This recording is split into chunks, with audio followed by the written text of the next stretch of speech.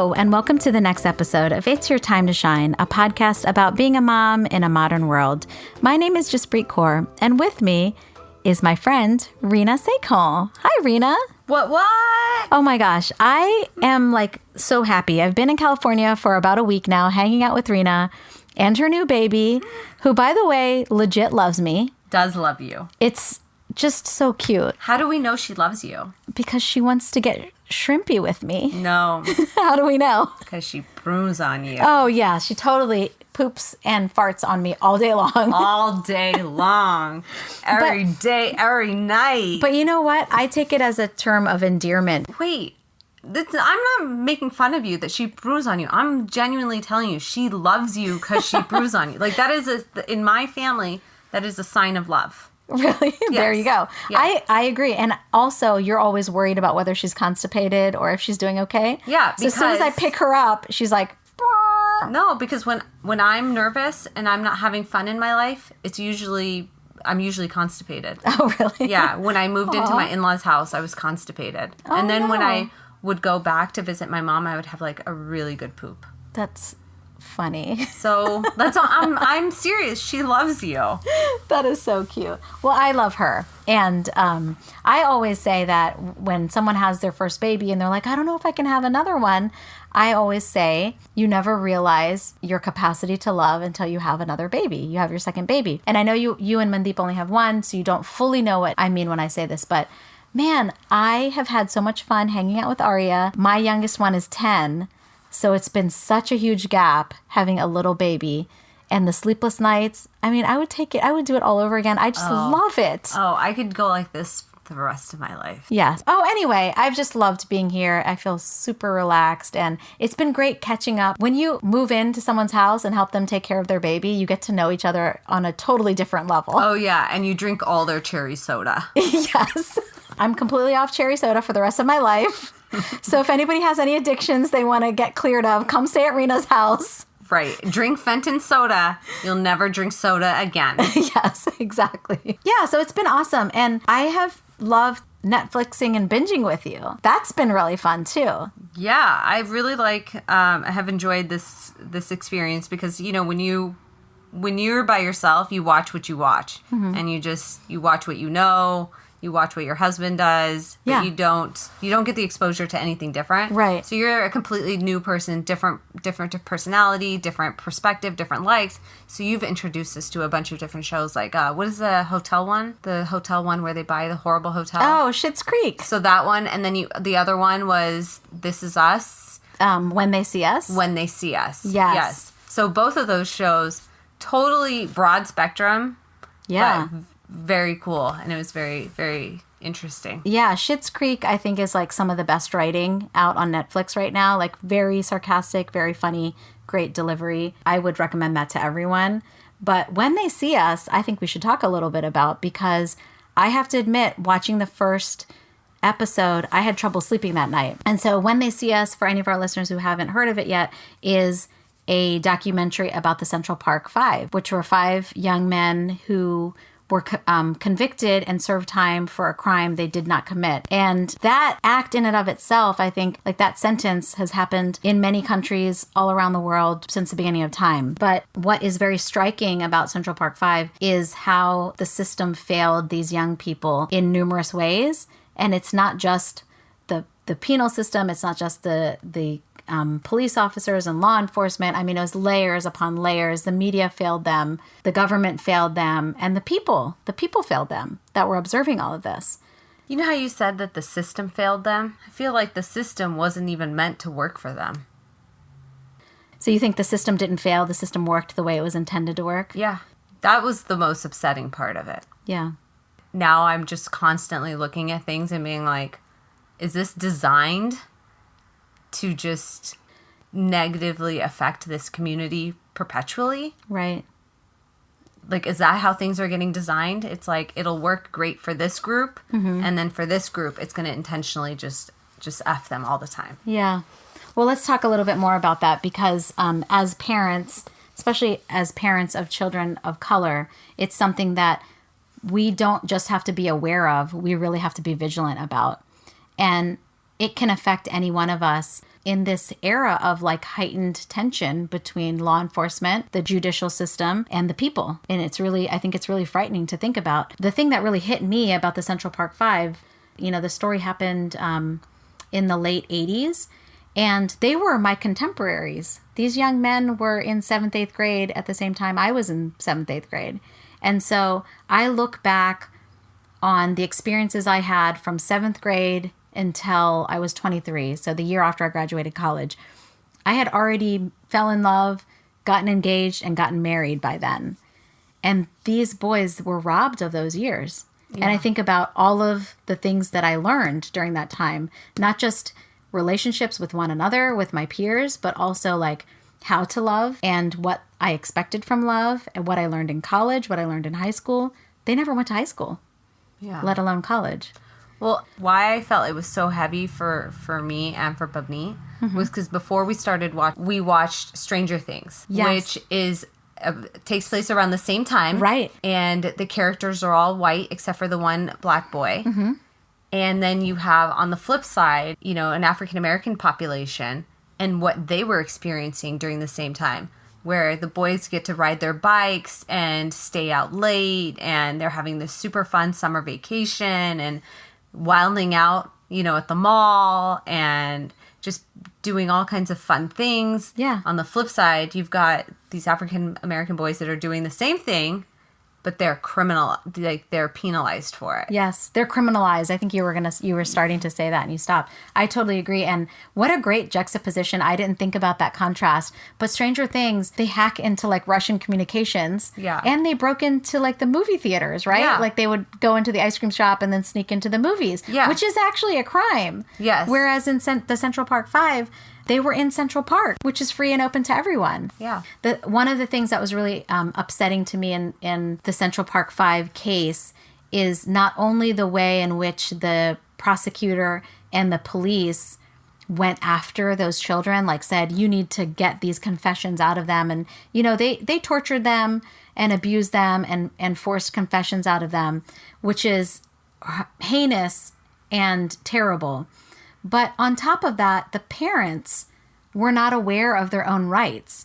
And that to me, like the educational opportunity, the idea of like know your own rights is so important. And I think it's just as important now as it was back then. I think that's what makes it scary. Yeah, I'm still processing it. I think like it still hits me in waves. Yeah. I didn't finish the episode because it was too heavy. Mm-hmm. I feel like I have a personal, I feel like I have a blame. Like I personally failed them. I feel like I personally failed that community today even. And then I think about the parents, and they didn't know their rights. And if they knew their rights, how they could have helped their kids. Right. And on the flip side, we have a bunch of people in this day and age that still don't know their rights, like the brown population, the Mexican population, even like the Indian population, they don't know, our Punjabi population. They don't know their rights. Yes. Maybe the African American population in this country, maybe they do know their rights because they've now like been through this process much longer, right? And they have lived through some of these like terrible things, and whereas they have like maybe 50 years of history. Yeah. Our communities maybe only have like 20 years of history. Yeah. Right. So maybe this isn't. So this is still happening. Absolutely. It's still happening. Like, people are still forcing confessions. People are still, like, questioning minors without representation. People are still arresting people without warrants or without cause.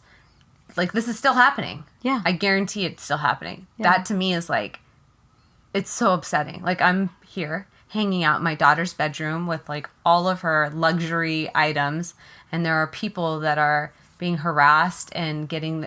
not having access to their rights. And I think like the layers to it, the fact that there was systematic corruption. We saw that. They went out and said, find these boys and pick them up. No, find these rapists. Yeah. Like we had already... Find these animals is what she said, right? Yeah. Those were her exact words. Yeah. And so they didn't get to have a childhood. It's kind of like children of color don't get to have a childhood. And that's scary.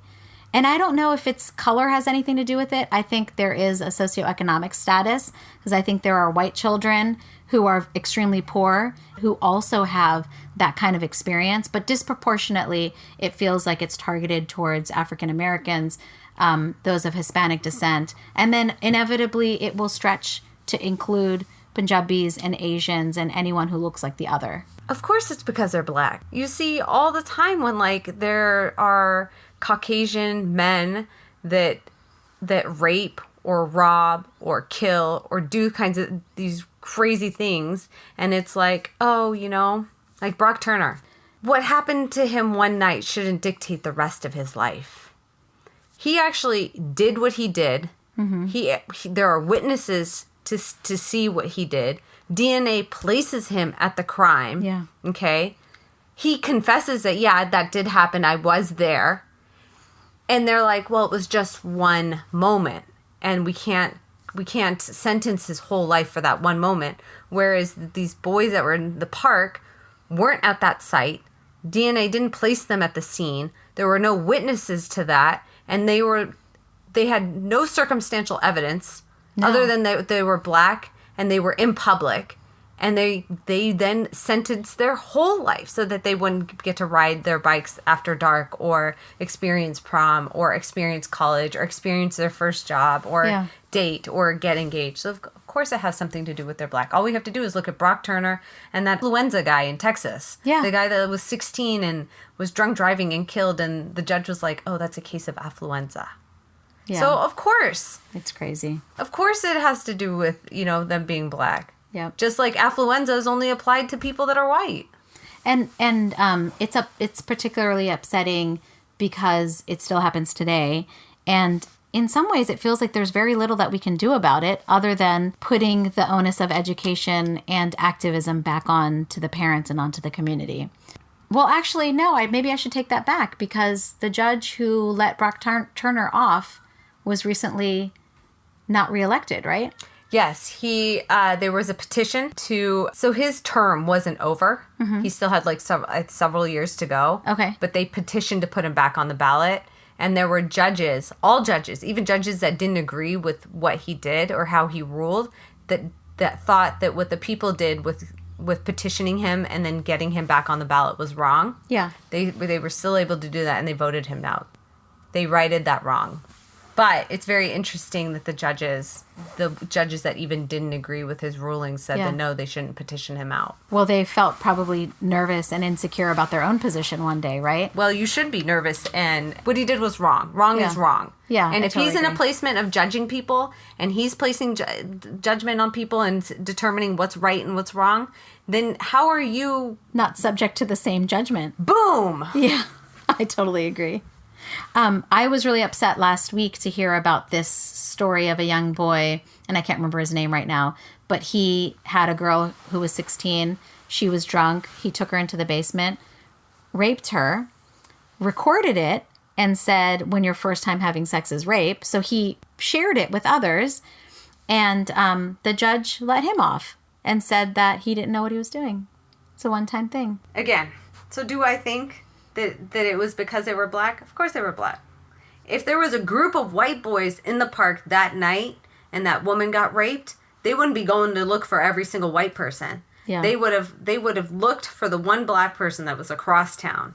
Yep. So we can't, I'm not arbitrarily saying, oh, it's because they're black and white. I'm just saying, look at these last cases in the last 3 years. Yeah. Yeah. The evidence definitely shows that.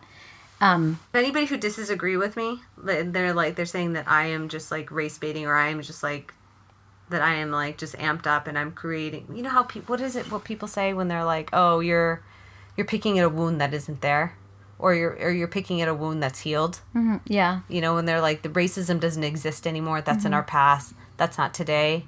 You know, the police is not racist, or the police is not racial profiling. That's not happening. Show me one instance of a young black teenager that got off a crime that was as blatantly obvious as the boy that recorded his rape on social media. Yeah. You can't find one. I can't find one. I will say, like, my interpretation of all of those things, I grew up on the East Coast in Prince George's County, which is known for being a very diverse, primarily Black and Hispanic community. And I grew up not in a predominantly non-white neighborhood. I was bused into a school district that was an excellent school, but it was, on a little bit of the rougher side of town. And so I have a very interesting relationship with the African American community because my view is not like an outsider looking in. It's very much like I grew up in that neighborhood. My dad went to Howard University. It's an HBC, a historically Black college. And I view the journey of other minorities as being part of my journey. I know that the rights that we have as Punjabis or as Sikhs has to do with the rights that the civil rights leaders fought for African Americans as well. And it's upsetting to hear that there are people on all sides of the spectrum that refuse to accept that the situation is what it is, because I feel like, I have a bias for action, and I feel like we're wasting time arguing about whether the system is corrupt when we could be fixing it. You've done a lot of activism work in your community here in California, and I know the landscape is different in California. And there's, in some ways, it's kind of like a microscope, right, on race relations, on crime, on the penal system. What's your perspective? Do you think that other Punjabis view their experience tied to the experience of African Americans and Hispanics, or do you think that it's isolated and different? Are you asking, do Punjabi people in California feel like they are marginalized? Mm-hmm. Yeah. No, I don't think so. I think the Punjabi people here feel like they have an access to opportunity. Really? Yeah, and I think that that's because the environment, there is an environment of where you can actually succeed. And there are vehicles, mechanisms for the Punjabi community to succeed. A lot of people that come here brand new, if they are able to get a driver's license, right, like a truck driver's license, they can earn a pretty good wage. But it's not about success. It's not about making money. It's about, could these things happen in our community? And they could. They could, but then we also have some significant gurdwaras in the Bay Area. We have San Jose Gurdwara, we have Fremont Gurdwara, we have El Sobrante Gurdwara, we have a huge sangat. Right. And those sangats, post 9/11, maybe not pre 9/11, but post 9/11, have built strong relationships with their local law enforcement. Okay. And their local city council members and their local city officials, and with their local representation at the governor's mansion as well. Yeah, okay. And we have Sikh Coalition that, I think SALDEF. So I think that in the Bay Area, in California, the institutional, like, racism, or what is that? I don't think that applies. I think there's still, like, one degree where people, like, do see them and are worried, like, oh, is that person going to blow me up right now? Or, oh, look there's a terrorist walking down the street. I think 1-to-1, there's still some of that. Yeah. But I think there isn't something like what the African American population experiences. And also, we talked about this last night with Mandeep, is that the African American, the Black population, they get it from everybody. They get it from Indian people. They get it from Asian people. They get it from the Gore population. Like, everybody, like, is racist against them. Yeah. Whereas I see, like, when people are stereotyping Gale people for being like, they thieve and they're drug dealers and they're this, the stereotype to Indian people is like, oh, you guys are smart. Or you're going to steal our jobs. So it's like a different type of insecurity, and it's a different type of discrimination. And the ramifications of being perceived as someone who is smart and could steal your job is different than the one that's really being demonized, right? Yeah. And like, let's say, like, next door, not me, like, let's say next door, like, a Black person, like, moved in. You don't know anything about them. You just look at them. They would be like, oh, God, like, who else is moving in? Like, how is this going to affect the neighborhood? Yeah. If an Indian person moves in, it's like, oh, cool, our property value went up because they're smart and they have kids. Their kids are going to bring the SAT scores up in our school. Like, that's great. That's an asset. Yeah. that's real. That's real in California. It's not like that in the rest of the country. No, but you were asking, right? Like, how does it affect? Like, Yeah. here in California, like, those are the types of things. Like, oh, great, there's an Indian person. He's going to steal my job. Great. Yeah. So, again, like, my thoughts around the docuseries of Central Park 5, When They See Us, is still being formulated. I still have a lot of emotions that I have not processed, and that's why this podcast is probably not going to be that great. And you're going to have to edit out a lot of my uhs and ahs. But we were at Starbucks today. Juspreet didn't want to go there. She wanted like a local coffee shop, and I'm all about supporting our local people, but we had to go to that RNC place, Home Depot. I hate Starbucks. I do too. Okay. Okay, but in the effort of like time, and Yes, we have yes, a baby. yes. So we were at Starbucks. You okay? operate in 2-hour increments right now. I get it. I get it. So I just want everybody that's listening to not think that I am not supporting of the local economy, okay? Yes. All right? So we were this one time. And the front page of the Washington Journal was that the city of Detroit is using surveillance cameras. They have something like the most surveillance cameras out of all the cities in the United States. Okay. And the police uses all the surveillance to be able to catch criminals and like shootings and Facial recognition? Is that what it was? Yeah, Okay. they're using it for facial recognition software. Okay. And before it was like amazing, everybody was supporting it, but now I guess people are looking down on facial recognition software because it's like, what about our privacy? Right. Yeah. How does that impact us? And also people were like excited that this was going to reduce crime. So initially when I thought about it, I was like, hey, that's great, that they're going to have all this footage. And what if there was facial recognition software in Central Park at that time for these boys? It would have totally vindicated them. It would have totally shown that these guys were just hanging out, like doing things that 14-year-olds do. And they were maybe in a different part of the park. They were in a different part of the park. Right. And like they wouldn't have gotten caught up in this mess, But everything we know about what's happened and what's gone on with law enforcement with these disenfranchised communities is that they don't usually try to find evidence to vindicate them. They usually try to find evidence that will convict them. Yes. When you have video footage, how are you going to like use that to discredit, or how are you going to use that to like incriminate somebody when they're obviously not the person that did it? Yeah.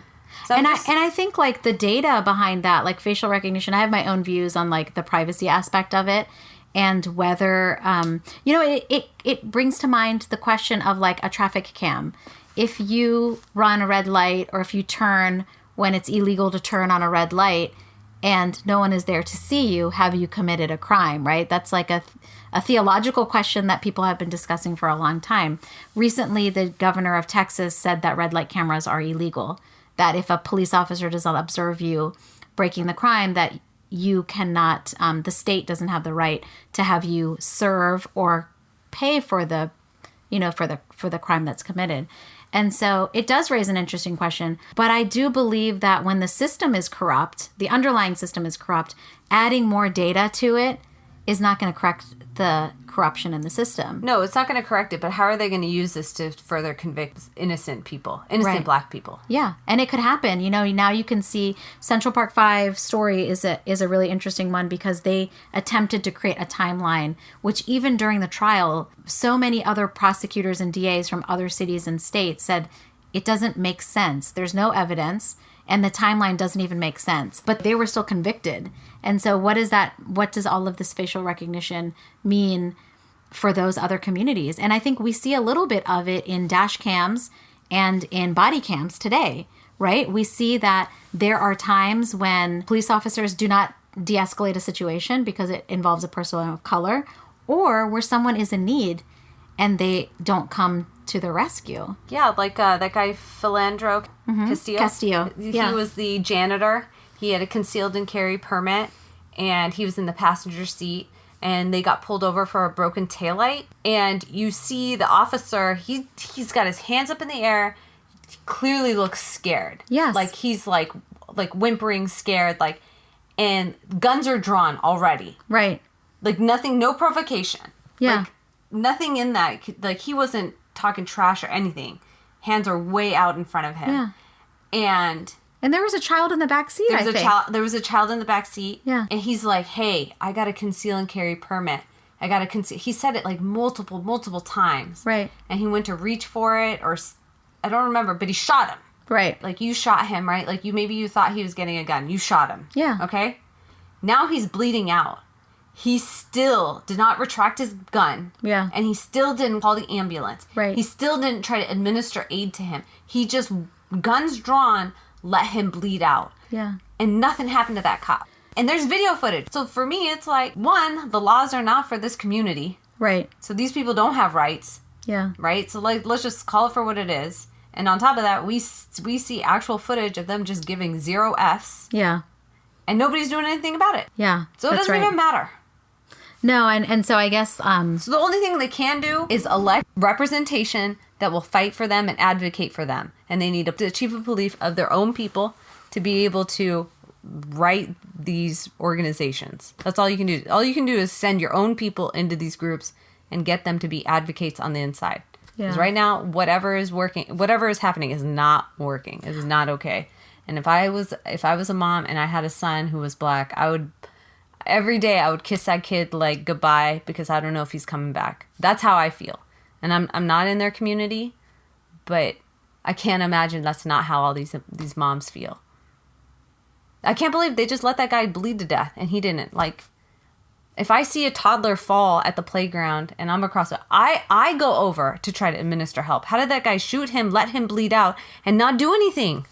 Like, you don't know that blood is coming out of this guy's body? Like, this guy's gonna die. Like, how much more of a threat is he? It's crazy. Yeah, it is pretty crazy.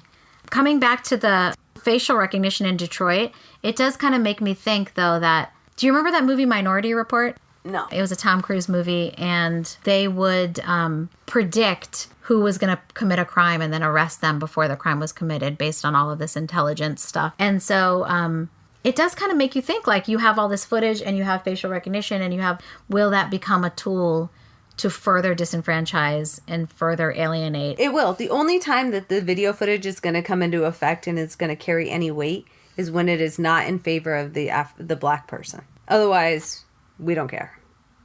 Not me, but like, Yeah. Well, that's sad.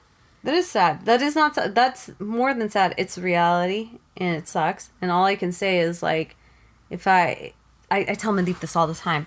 I wish I could go back in time and become a cop and be an officer and, like, affect change from the inside of their organization, because that's what they need. They need some new souls. I think, like, post 9/11, all these kids went to war and they came back and they're looking for jobs, and a lot of them ended up in the police force. Right. And, like, they're treating it like it's a war zone, and it's not. They are community peace officers. They're members of the community. They're there to serve and protect the community. Yeah. What they're doing is policing the community. Yeah. Like, their whole mentality is different. If you're supposed to protect the community and your community is black, then you're supposed to protect them, not shoot at them.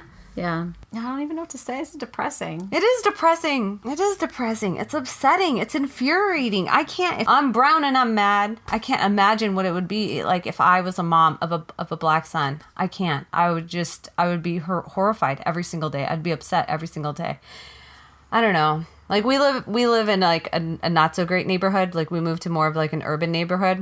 We left Pleasanton, California, which was... Just to give people some context, the high schools there have a summer program with BYU. Okay.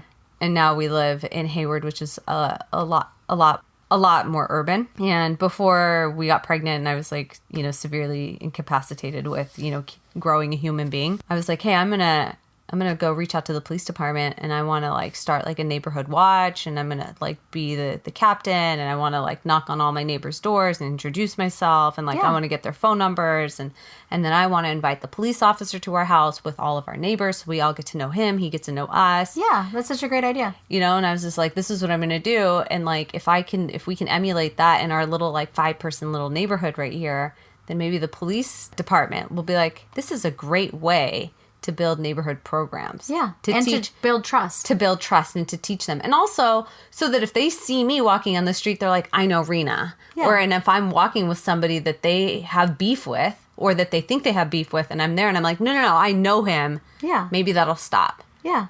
And be a shield. So, But now I'm on this 2-hour feeding schedule, and I'm like, a food source. So, but those are some ideas. Yeah. That if we really care about that population and that community, these are the things that we can do. Yeah. I think breaking down the barriers is definitely one. I think awareness is a big one. Like, here we are, we've just spent 30 minutes talking about the Central Park Five. How many people knew their story or talked about them in the last 20 years? No, and everybody is so upset that Donald Trump took out a full-page ad wanting them to be like the death sentence. Yeah, the death penalty. That is the least atrocious thing that happened during that time. Absolutely.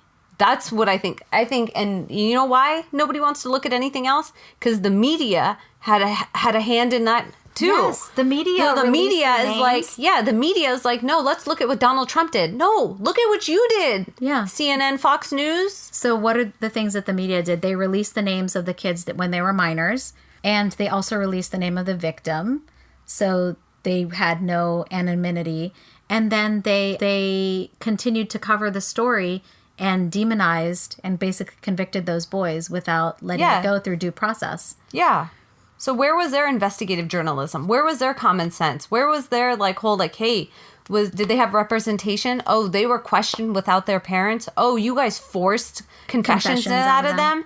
Yeah. Where were you guys? So that's why sometimes that's why I'm looking at the media and they're so quick to just point the finger at what Donald Trump did at that time. All these people that are news anchors and that are on the back end producing these segments, they were around when this stuff happened. So what is their culpability in all of this? Yeah, totally. I think that's a big part of it.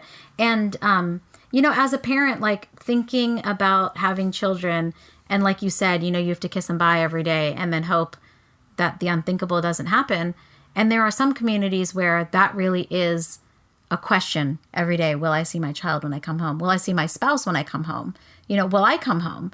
And one of the things I think that we can do is to really be vocal about and know our own rights. I think that's very valid, and it's something that it's doable. And I look at organizations like SALDEF and Jakarta that do know your rights forums to help people understand what their rights are. It is a fear to me that someone will be in a situation, not know their rights, and then end up signing away their child's future or their own future. That's really frightening to think about. And I think it's something that it's an easy thing that we can start to spread the word about. Yeah. Know your rights, but also have friends. Get involved in your community, get to know the officers, get to know your mayor. These people are looking for your votes. They work for you. They want your money. Yeah. Next time they're coming knocking on your door for votes, let them know what your name is, who you are, what you're about. So if you ever find yourself in a situation like this, it's a lot of times it's not what you know, it's who you know. Yeah. Almost always it's who you know, I think. Yeah. Which is another really frightening thing. So even if you do know your rights, if you know the right people, it can help you. There was a story in the Central Park Five. It would have been 5 different boys, but there was one boy whose mom knew his rights and said, I know you're not questioning my son without his parent there. And the first thing that the prosecutor, the lead detective did was say okay, let him go, because she didn't want the hassle. She didn't want the story to get out, right? Mm-hmm. And I think about how that young boy's life could have changed compared to the others that were there.